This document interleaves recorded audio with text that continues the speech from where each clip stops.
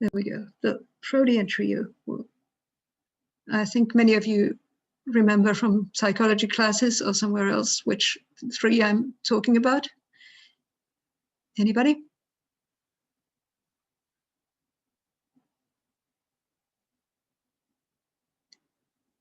So we have, these are like what Sigmund Freud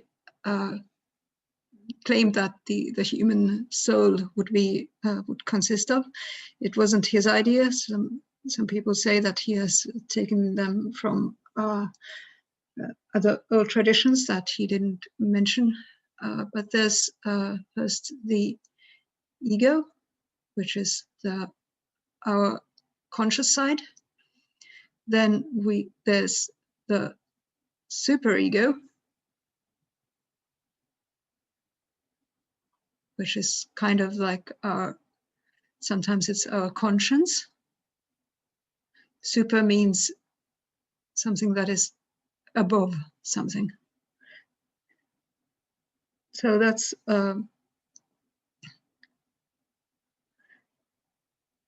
conscience. Is this how you write it? I hope so. Also, awareness of rules, that kind of thing. And then under the superego, and under the ego is what? It's the id.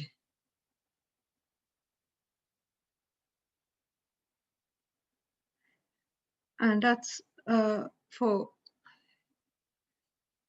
so that's for the emotions and instincts.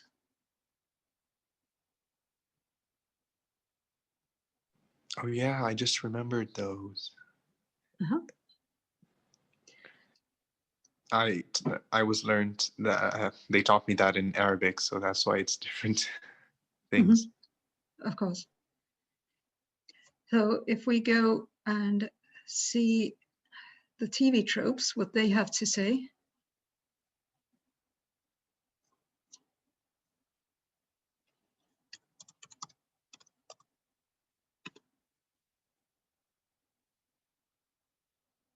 Show spoilers, by the way. Freudian trio, there we have it. And they have a picture of the original Star Trek.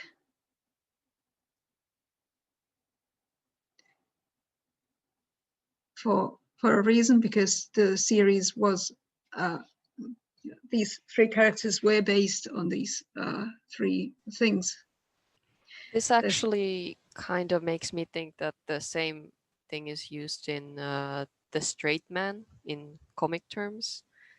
There's the emotionally instinctual guy and then someone who's very rules and social conventions, and those two's dynamic brings the comedy or humor in it. But I guess in this one there's the middleman to help bring these two together, while in comedy there really isn't a middleman there. The middleman or woman is the one who makes the decision. Like it's the Kirk character. Like Kirk is the captain of the ship, and these are his closest advisors, the McCoy and then the Spock character. I would still imagine that Kirk is a bit more emotional and prone to adventure compared to the Doctor. Of course, he's though he is the middleman when it comes to situations with Spock and the medic McCoy. Yeah. The McCoy is also not just the emotion, but also the one who always wants to do the right thing, that is emotionally right. And Spock wants to do the right thing by the rules. So they all want to do the right thing, but what is the right thing in the given situation is for Kirk to decide. Okay. So according to Freud, this is something that happens inside every person. And we might think what we want of that, but at least we can use this for many purposes in fiction writing, in coming up with characters. And if I, well, maybe if we go a step further from here to more, maybe more ancient things. Oh, come on. I want to have this also as the, oh, there it is.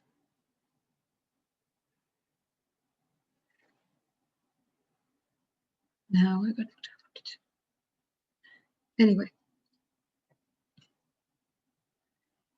There's something else that could be, that is going deeper than the, or further away in time at least, than the early 20th century where Freud was thinking about his theories. There's something called the triple God theory.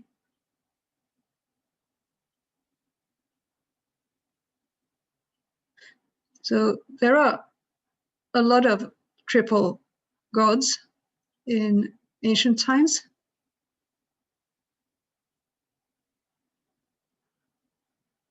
I So think in that's, Japan they have like 3 gods of the nature, like a wind, thunder, and land, or something like that. But they also, I think they had like 3 gods of luck or something like that. yeah. So if you want to search for this, then this is one search term that you can use, trifunctionalism. Oh yeah, and also Zeus, Hades, and Poseidon is an example of 3. Yes. There's also the very old triple goddess constellation, and also the dual goddess and the heavenly child between them. And so a guy called Dumézil made some theories about this, and also there's a book called The Golden Bough by a guy called Fraser, who wrote a lot about these things. So let's see. In the triple God theory, or at least one of them, is that we have death as not just as a concept, but as a god or goddess. And then we have life on the, that is also another goddess or god, or regeneration in general.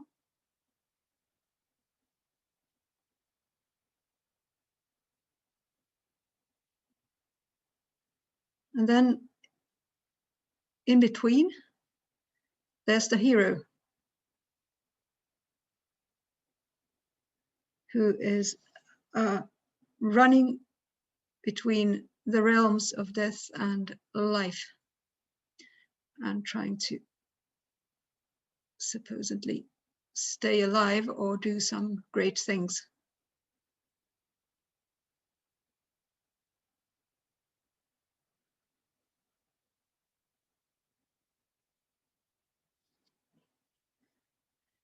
This goes into the dual goddess theory, so that the hero is then the divine boy, or the, who grows up to be the lover of one of these.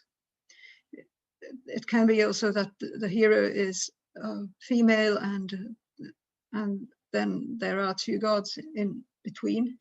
And like I said, there's the triple goddess, where you have, which has been used, by the way, in Neil Gaiman's Sandman comics, that you have the maiden, the mother, and the crone, the 3 stages of life. Or I think that's a common trope in what do you call it? like a näyttely, like a like in exhibitions? no, not exhibitions, but like ballet and this kind of Greek mythology. no, like theater. Theater.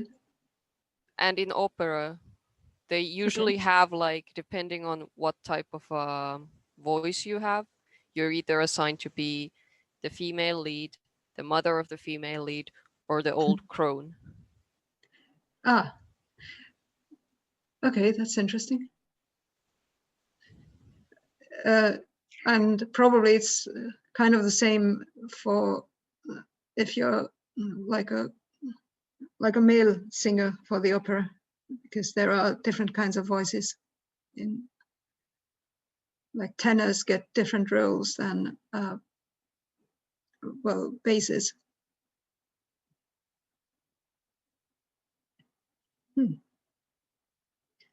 So one way of looking at this would be, of course, to think about summer and winter. Like, I kind of got the vibes from Gilgamesh. yes. Yeah, I got a lot of vibes from there. Yes, of course. So there, Gilgamesh is the hero who runs between death and life. So you can find many of these old mythologies that somehow go like this. I think the original trifunctionalism theory took the three Nordic gods of Odin, who was the god of death and war, and then Freyr and Freya, who were the gods of life, and then the hero was, I think, Thor, and that has been used in different ways in modern movies too. Or you can think that this is the human, the position of human beings between summer and winter. And many old religions have this sort of hero that is killed in the winter and then regenerated when it's spring. That was basically what the Golden Bough book is all about. I think I should maybe mention it here, the Golden Bough.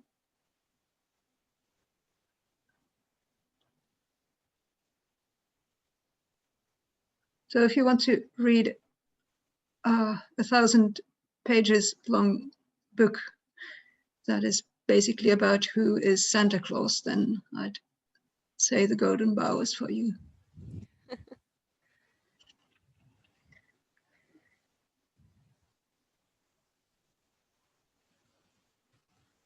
But it's an interesting one if you're into that kind of stuff. If not, then it's not interesting. Yeah, by the way, in opera, the one who gets to be the old crone is always a female singer who is a contralto, which is the lowest female voicing, like singing voice. So if you can't get the high notes, you're forever going to be the old lady in opera. Okay. Okay, so let's go into the next one. There's, I don't know if you have heard about the old saying about the 4 temperaments. It makes me think of those Greek tragedy masks or whatever. No, it's something a little bit different. 4 temperaments. It's an old theory of it's an old Western theory about well, medicine actually, and like in the old days, everybody was divided into like that you were either a phlegmatic or a sanguine person, or you were a choleric or a melancholic. And here's some leads to what they mean. That so here are the axes, like there's introverted and extroverted, then there's emotionally stable and emotionally unstable. And the theory went that if you had a lot of blood, and if the blood was very hot, then you were a sanguinic character. If you had a lot of blood but it was cold, then you were a phlegmatic person. Of course, it doesn't go like that at all. This is also from Rudolf Steiner has done a lot with this, and this also goes back to the 4 elements, I think. Yeah, it does, and that's kind of why I'm very skeptic about Rudolf Steiner's theories in general. His books are hard to read. I can imagine. Yeah, but although these theories have been disproved a long time ago, we can still use them as for helping us to make different kinds of characters.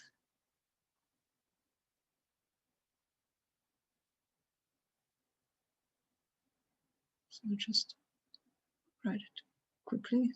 We have because in these days you get a lot of talk about extroversion and introversion, as you know.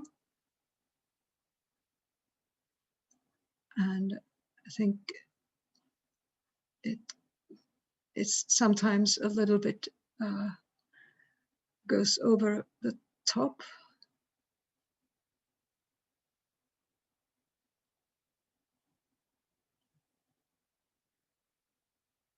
But maybe it's just me, because I happen to have a personality where I can change myself from extrovert to introvert, depending on the situation.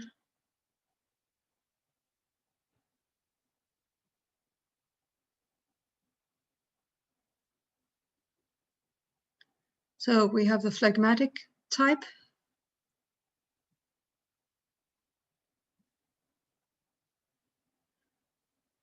And the sanguine type.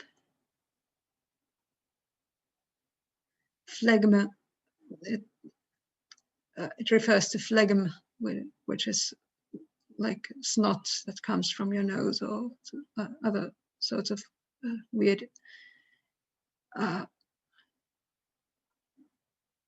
sanguine, that refers to the blood.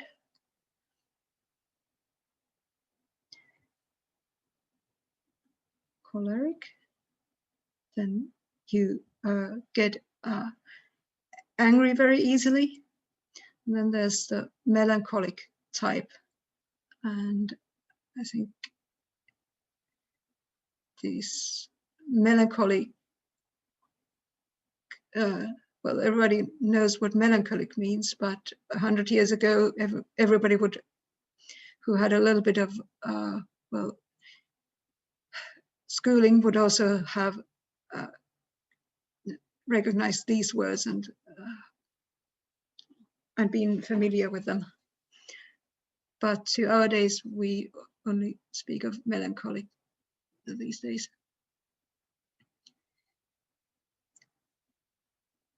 Okay, so that was the 4 temperaments. Use them if you want to.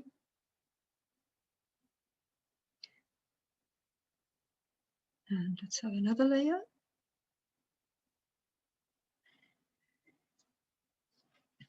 So Carl Jung probably says something to you, because Jung had also his kind of archetypes. There we go. Jungian archetypes. Or maybe I should just put this in brackets.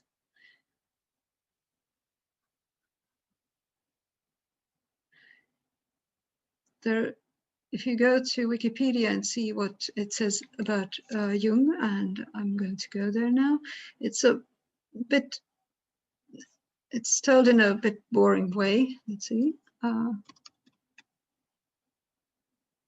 Jung.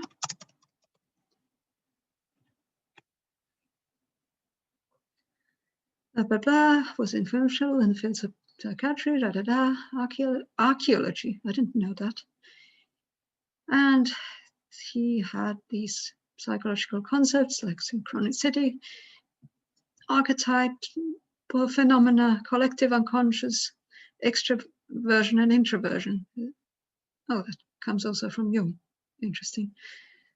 So if we go to Jungian archetypes, there's a lot of stuff over here, and also some criticism. TV Tropes has a more fun way of talking about Jung. Let's go see that. It seems, by the way, that TV Tropes is becoming like the second Wikipedia. In the way that it has a lot of articles of different things. In some of them are really good and some not so good. Okay, so this, I thought this was interestingly said that Jung was one of the few people who can be classed as a mad scientist, mad artist, and a mad doctor. And well, Jung did write a book about his madness, so it's not saying bad things about him if we call him the mad scientist, because that's what he called himself. Anyway, in recent days or recent years, the Jung's archetypal theory has been hijacked by service design and business people. And if you go and well, Google up Jungian archetypes, you will find like 100 pages by service design that are repeating the same few archetypes. I think it was 9 or maybe it was 11 archetypes, and they are defined by much the same way everywhere, as if that was the truth about archetypes. But Jung himself was the first to say that there are no definitive archetypes, but it's a fluid thing. So he used the tarot cards as one reference for the archetypes. He thought that they were something that were shared by everybody in this so-called shared unconscious. So I don't remember if I have talked about this in the first year in the introduction to script writing. Perhaps I have, but it doesn't mean that I shouldn't talk about it now. So here's some of the archetypal figures and events that Jung listed. The thing about archetypes is that with archetypes you can get always deeper and deeper. But if you have a stereotype, which are also used much in storytelling. Stereotype cannot be deepened. It's flat. It's what it is, and you can't do much with it. And that's how you can distinguish a stereotype from an archetype. Like here we have some archetypal figures by Jung. You have the great mother, the great father, the great child, or it's actually the eternal child. There's the devil, the trickster, the hero, the wise old man, and so on. Also there's the shadow. And then there's the anima and the animus archetypes. So I'll write some of these down. And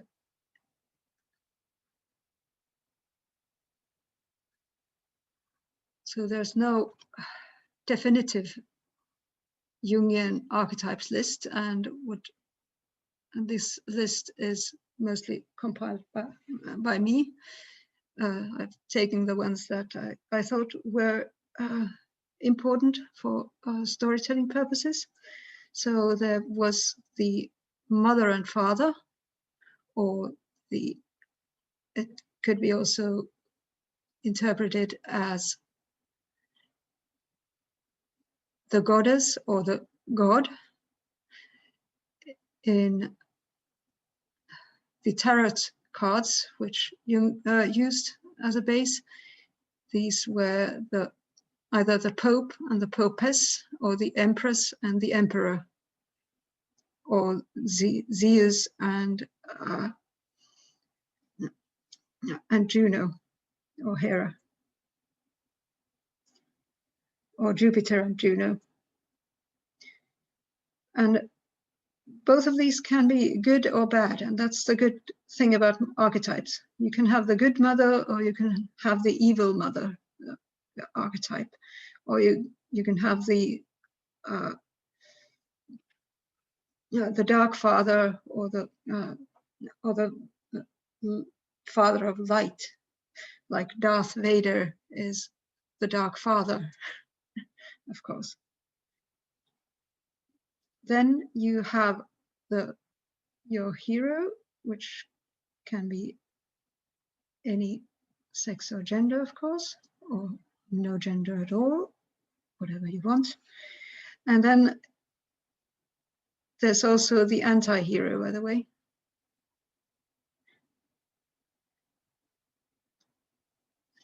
The difference being that the anti-hero goes down when the hero goes up. Then there's the anima, or the animus character. It could be, if you want to have it in simple terms, it could be the love interest in a movie or in a series, the love interest of the hero, or it could be the female or the male part of the hero or heroine. Like for a female hero, the animus would be a male character that closely resembles her, but is still a little bit different. Has anybody of you read the Philip Pullman's books, or watched his Dark Materials on HBO? I haven't watched his Dark Materials, but when I was a kid, I watched the Golden Compass movie. So it was quite bad. It was quite bad, but I still remember the animal spirits kind of the demons. Yeah. Like let's take his Dark Materials trailer. So in this new series, where there is now the second season going on, the Philip Pullman, the original author of the books, has been actively involved in these. You can even hear his voice in the first season, a couple of times, and so they are more closely following the original books, which are hugely well written. Okay, let's watch this. I set out for the north some 12 months ago, and this is the first of the discoveries I made. A myriad of worlds, of which the Magisterium controls only one. For centuries, they have been trying to keep us where they want us, on our knees. You promised the Magisterium you'd control Asriel. Then we'll need to take the matter into our own hands. Lyra, there's a great change coming that will threaten us all. I'm going to give you something. What does it do? It has a part to play in all this. And a major one. Tell me where the alethiometer is, or I will destroy all of this. We represent a number of families who have lost children. This is war. I think this can help. She can read the alethiometer. She will be more valuable to us than any soldier we have. We'll get our children back.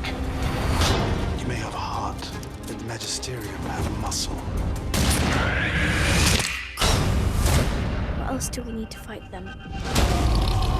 Has anyone seen a bear? It's a good bear. You won't have any trouble.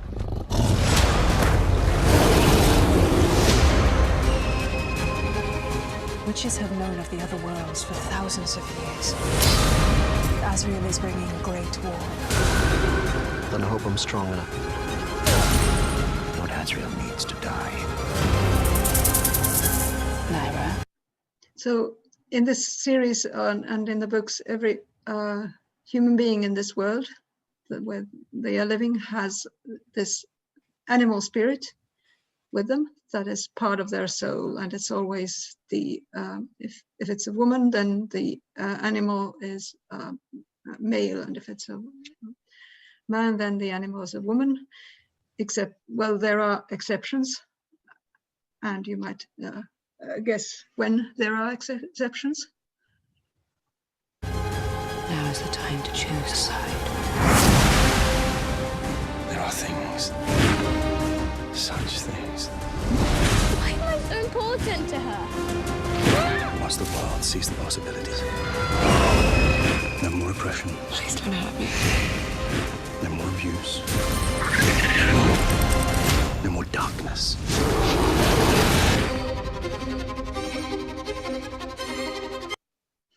Okay, also we have, here's the archetypal mother, who is, well, not exactly the good mother, you might guess. Also, the father is far from good, but also mothers and fathers play an important role here, and also children. Like there's the eternal child archetype in Lyra, and also her friend Will. Let's have a little bit of the season 2, because I think we can see the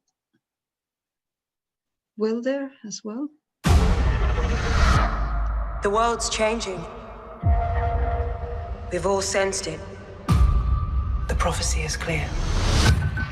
Our duty is to protect the girl and the boy, wherever they are.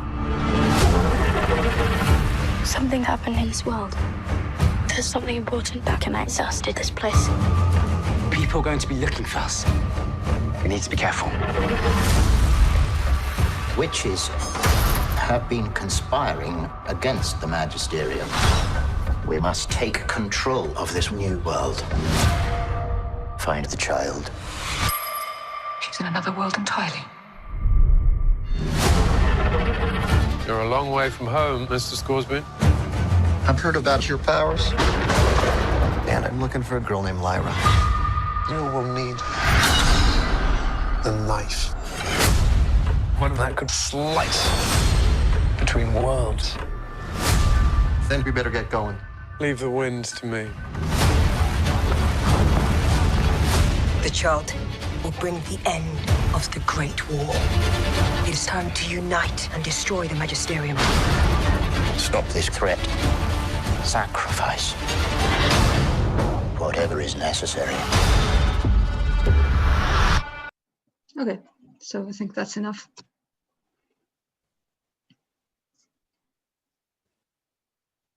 Okay, so I took that as an example because it uses a lot of these archetypes in very effective ways. So let's get on to the eternal child. Peter Pan is, of course, a prime example of the child archetype, but so is Lyra in his Dark Materials. Then we have the Fool, which is also directly taken from the Tarot deck.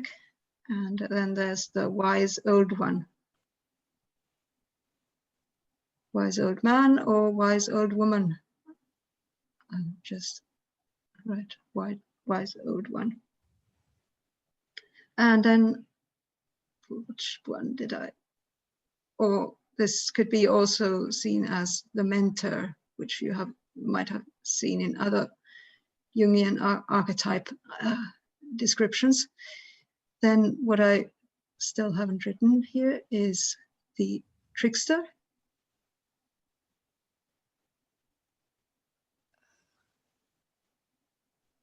Isn't it that the Fool and the Trickster can be combined? Sometimes all of these can be combined. By the way, that's the great thing about the archetypes. And any of these characters can be the main character of the story, or any one of these archetypes. Or the Wise Old One can also be a trickster. I think in Brother Bear, for instance, the shamaness was a Wise Old One and a trickster combined. Or can you think of other ones where the trickster has been combined with others? I think there are examples, but I can't think of one right now. Then there's, of course, the Shadow.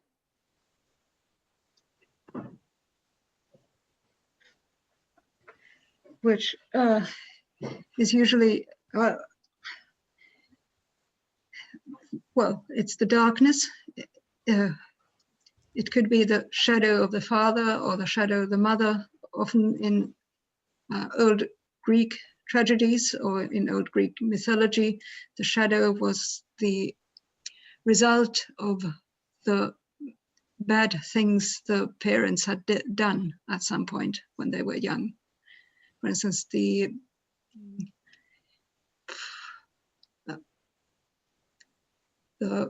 Minotaur. Let's look at the Minotaur.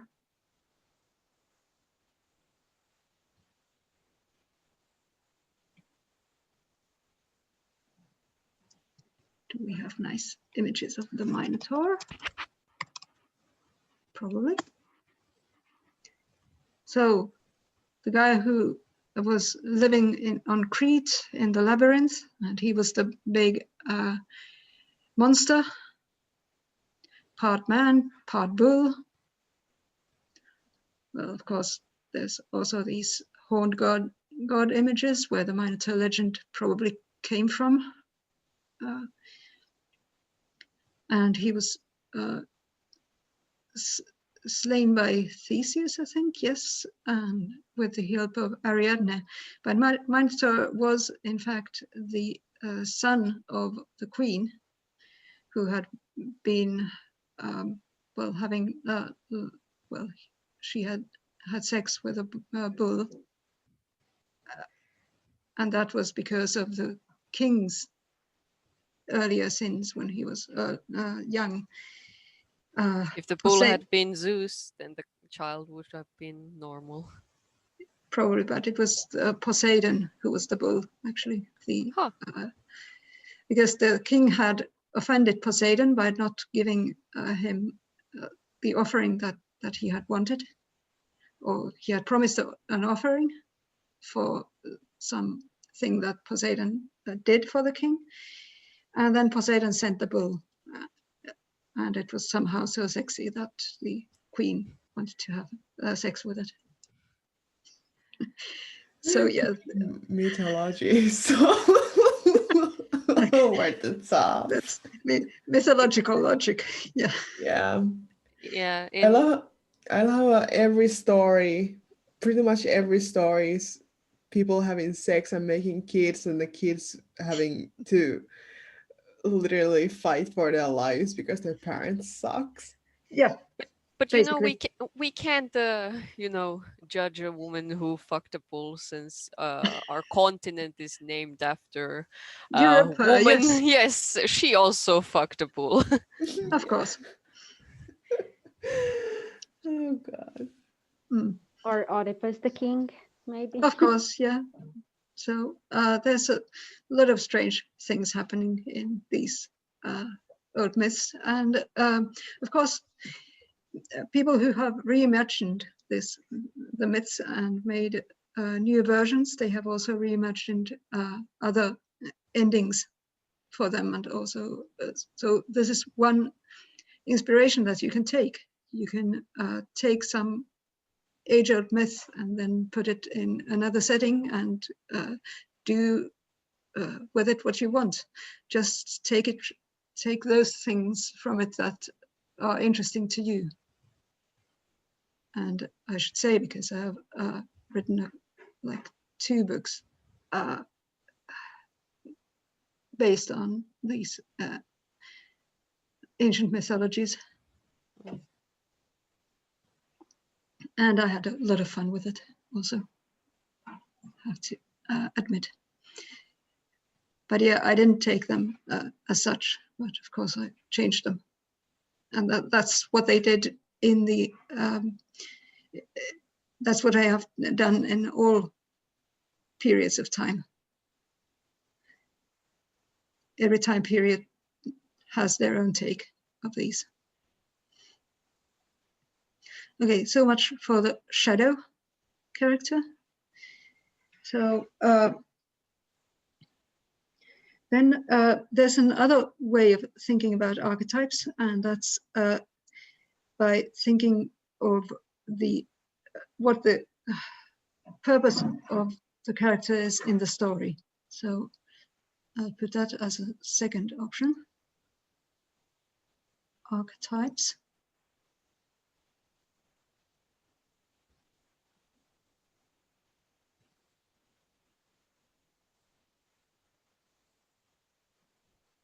By story purpose.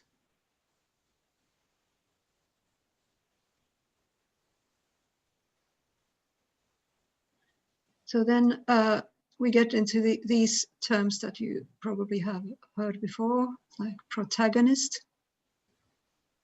It's basically the main character.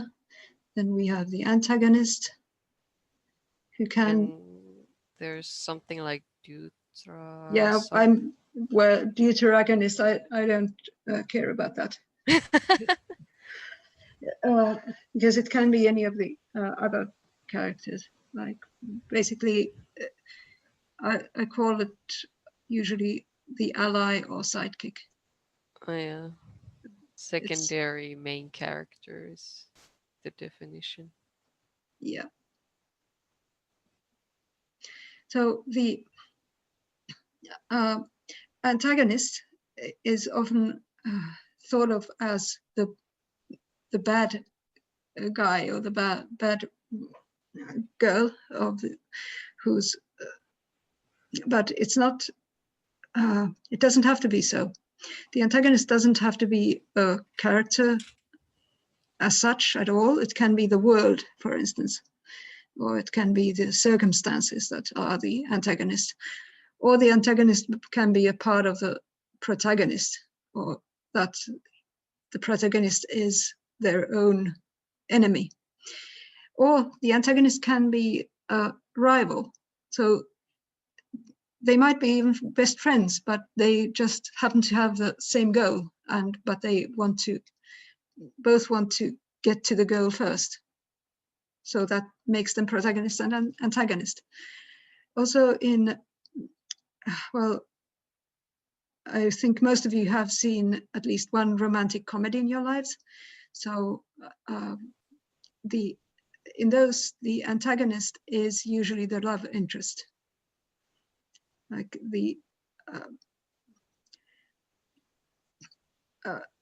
if you think about it, it makes perfect sense. Yeah. Then what we also have here is, I also already mentioned the love interest. So let's put that here. Also, these, you can also mix them. So the sidekick can be the love interest or the ally for either of them. Then you have something called the foil or mirror. By the way, I have put some links in the Moodle for all of these, or most of these. So you can then go and see them there, and read more. Many of them are from TV tropes, some of them are from Wikipedia, some from other places. So I'm not one of those teachers who say that, don't go to Wikipedia. Wikipedia is evil. No. So back to the foil or the mirror. So some character can act as the mirror, for instance, for the protagonist. It can be an upside down mirror, so that sometimes the antagonist is the mirror of the protagonist in that way. Or it can be a mirror that skews the image, so that the foil character is like the protagonist, but has made slightly different choices in life. And these are usually quite useful characters to have, and they can be active as the allies or sidekicks.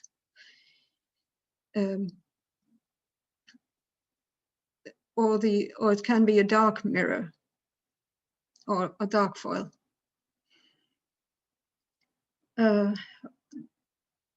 Then we have some, okay, the mentor was already here, so let's put it here too.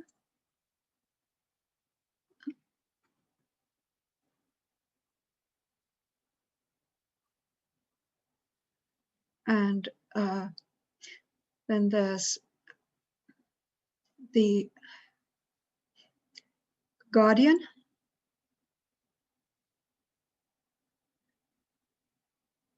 If you know anything about the hero's journey, then you remember that the guardian characters are there to test the protagonist and their resolve to do things.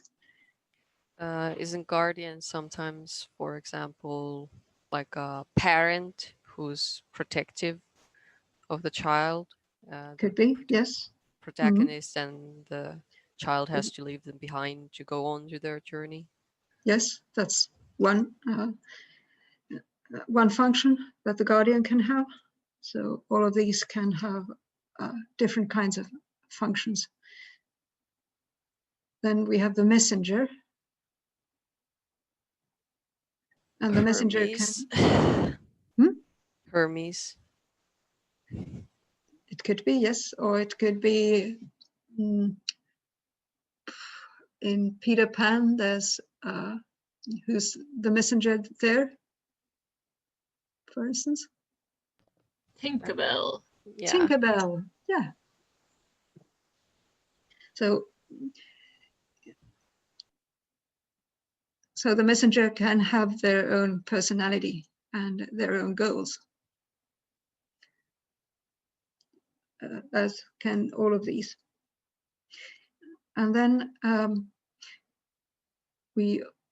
this is also in the Freudian trio, we have reason and emotion.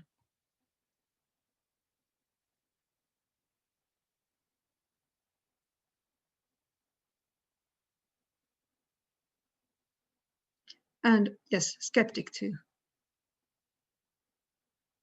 The one who is questions what the others are doing, rightly so often. And I was just about to question whether skeptic is written with a K or a C, but then I Googled it myself. yeah, I also had to Google it, but it's with a K. Okay, so should we have like a 5 minutes break, because I have a couple of things still, like the character webs and triads. Yeah, and we then can take a break. Then I wanted to give you a task, so let's continue at past. Then I have time to write the task in the Moodle and take some tea, and the okay. So I'll stop sharing and stop the recording now.